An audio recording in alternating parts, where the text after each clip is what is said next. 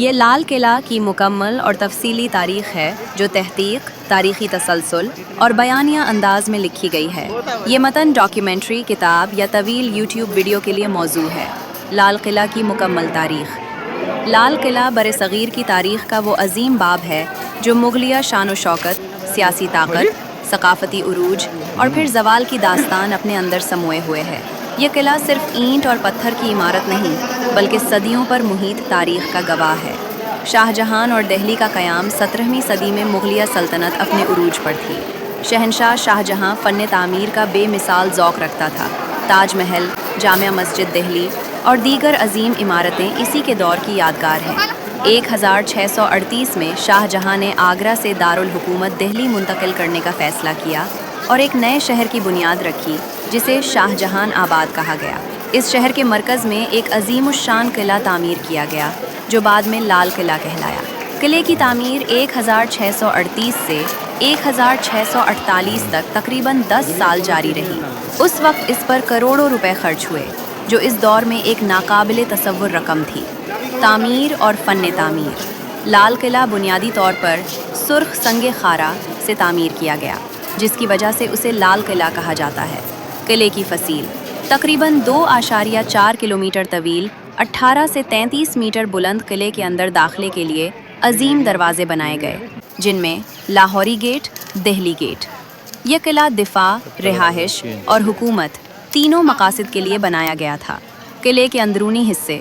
لال قلعہ ایک مکمل شاہی شہر تھا۔ دیوان عام۔ یہ وہ مقام تھا جہاں بادشاہ عام لوگوں کی شکایات سنتا اور انصاف فراہم کرتا تھا۔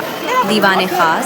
یہ شاہی دربار تھا جہاں خاص مہمان، سفیر اور امراء شریک ہوتے تھے۔ یہیں وہ مشہور شعر کندہ تھا: اگر فردوس بر روئے زمیں است، ہمیں است و ہمیں است و ہمیں است۔ رنگ محل۔ شاہی خواتین کی رہائش کے لیے مخصوص محل۔ موتی مسجد۔ اورنگزیب عالمگیر نے یہ خوبصورت سفید سنگ مرمر کی مسجد تعمیر کروائی۔ نہر بہشت۔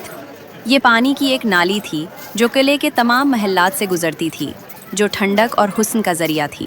مغلیہ سلطنت کا زوال۔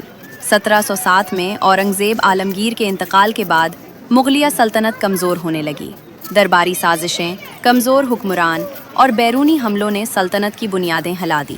نادر شاہ کا حملہ۔ 1739 ایران کے حکمران نادر شاہ نے دہلی پر حملہ کیا۔ بے پناہ قتل عام ہوا۔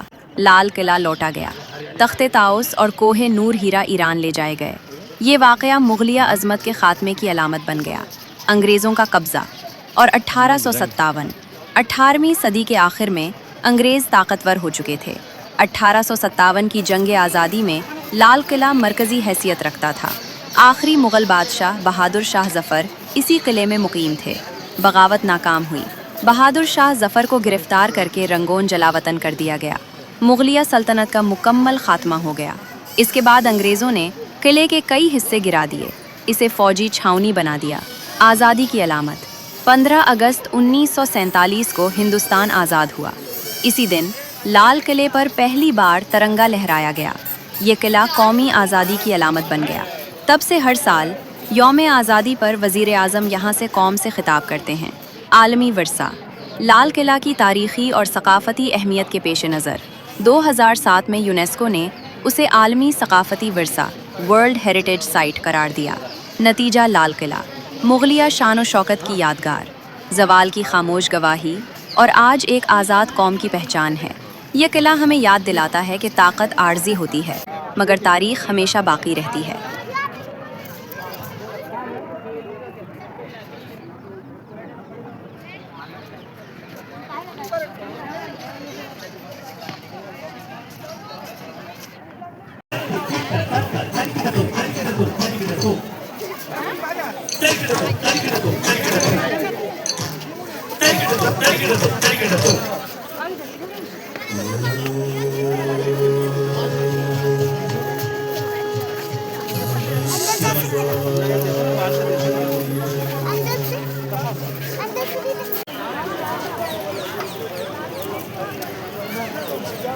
کسی کا سوال بنے گا نا۔